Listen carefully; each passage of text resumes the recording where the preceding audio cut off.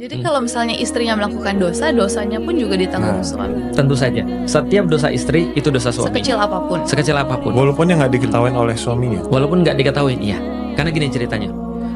Mas ketika lagi menyalamin bapaknya Mbak Niki, bapaknya kan bilang saya nikahkan anak saya Fulana binti Fulan kepada engkau dengan mas kawin sekian kan. Nah, terus ketika Mas bilang saya terima nikah dan kawinnya. Nah, itu ketika bilang itu Mas, itu semua kewajiban bapaknya pindah ke Mas.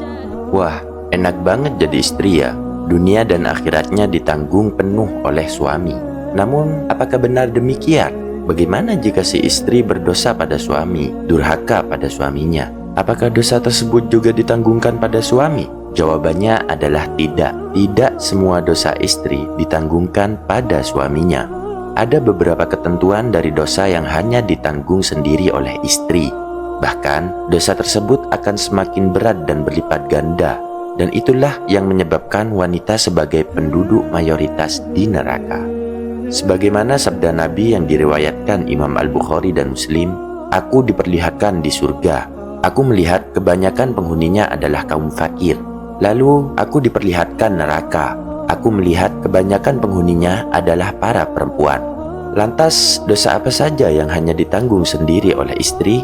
Simak penjelasannya setelah yang satu ini.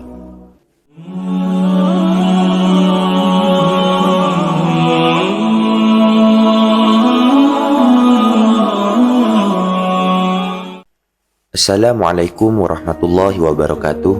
Sobat Aye yang saya hormati, seperti yang kita ketahui, Islam sangat memuliakan dan mengangkat derajat wanita, terutama bagi wanita yang sudah bersuami. Semenjak wanita dilahirkan sampai beranjak dewasa, semua kebutuhan dan tanggungannya dibebankan pada ayahnya, termasuk dalam hal dosa. Setelah menikah, tanggungan wanita itu akan berpindah pada suaminya, dari berbagai kebutuhan hidup hingga urusan akhiratnya. Jika seorang istri berperilaku baik dalam agama dan sesama, maka dua kebaikan yang Allah berikan, satu bagi istri dan satu bagi suami. Namun sebaliknya, jika istri berbuat dosa, hanya salah satu yang menanggungnya. Ya, tidak semua dosa istri ditanggung oleh suami. Ada beberapa dosa yang hanya akan ditanggung oleh istri itu sendiri. Yang pertama, durhaka terhadap suami. Durhaka terhadap suami adalah dosa besar yang sering tidak disadari oleh para istri.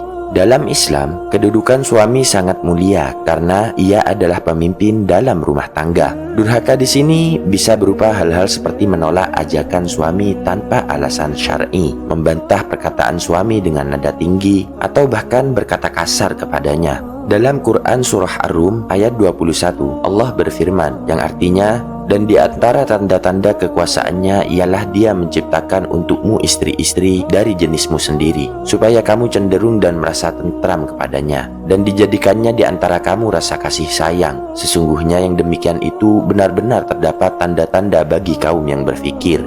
Dari ayat ini bisa kita fahami bahwa istri harus bisa menciptakan rasa tentram dan nyaman bagi suami. Rasulullah SAW juga menegaskan, sekiranya aku memerintahkan seseorang untuk sujud kepada lainnya, niscaya aku perintahkan seorang istri untuk sujud kepada suaminya. Hadis riwayat At-Tirmidzi.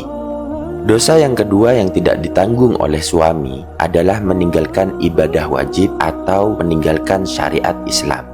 Ibadah seperti sholat 5 waktu dan puasa Ramadan serta kewajiban-kewajiban syariat Islam yang lainnya adalah merupakan kewajiban yang dibebankan kepada individu. Kewajiban seorang suami hanya mengajarkan dan mengingatkannya, tetapi jika istri tetap mengabaikannya, dosa itu sepenuhnya menjadi tanggung jawab istri sendiri. Allah Subhanahu wa Ta'ala berfirman, "Wahai orang-orang yang beriman, lindungilah dirimu dan keluargamu dari neraka." Dan di ayat lain Allah menyebutkan yang artinya, perintahkanlah keluargamu untuk sholat dan bersabarlah untuk menegakkan sholat.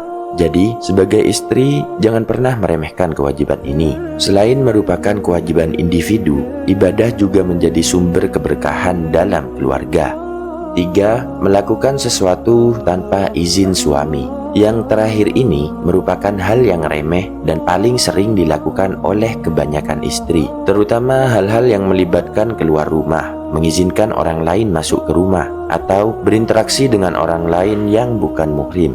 Dalam sebuah hadis disebutkan, tidak halal bagi seorang wanita untuk berpuasa sunnah sementara suaminya ada, kecuali dengan izinnya. Dan tidak boleh ia mengizinkan seseorang masuk ke rumahnya kecuali dengan izin suaminya.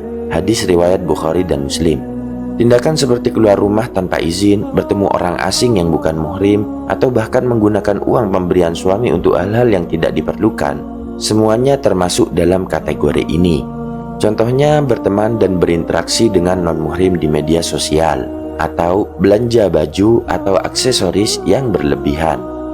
Sobat Aye yang dimuliakan Allah, dosa-dosa ini sering dianggap sepele, tapi ternyata berdampak sangat besar bagi kehidupan dunia dan akhirat. Sebagai istri, usahakanlah untuk memperbaiki diri, menaati suami dalam hal yang ma'ruf, menjaga ibadah wajib, dan selalu meminta izin dalam hal-hal penting. Rumah tangga yang sakinah, mawaddah, dan rahmah tidak hanya membutuhkan cinta, tapi juga taat kepada aturan Allah. Jagalah diri Anda dari berbuat dosa, karena hal tersebut akan membawa keberkahan dan limpahan rezeki bagi suami dan keluarga Anda. Mari jadikan rumah tangga kita sebagai ladang pahala dan jalan menuju surga. Cukup sekian untuk pembahasan kali ini. Saya mohon dukungan pada sobat semuanya, sudi kiranya untuk like, subscribe, dan share video ini agar semakin banyak yang mendapatkan manfaatnya. Kalau sahabat punya topik kajian atau amalan atau doa yang ingin dibahas, tulis di kolom komentar. Sampai jumpa di video selanjutnya. Wabillahi taufik wal hidayah, waridha wal inayah. Wassalamualaikum warahmatullahi wabarakatuh.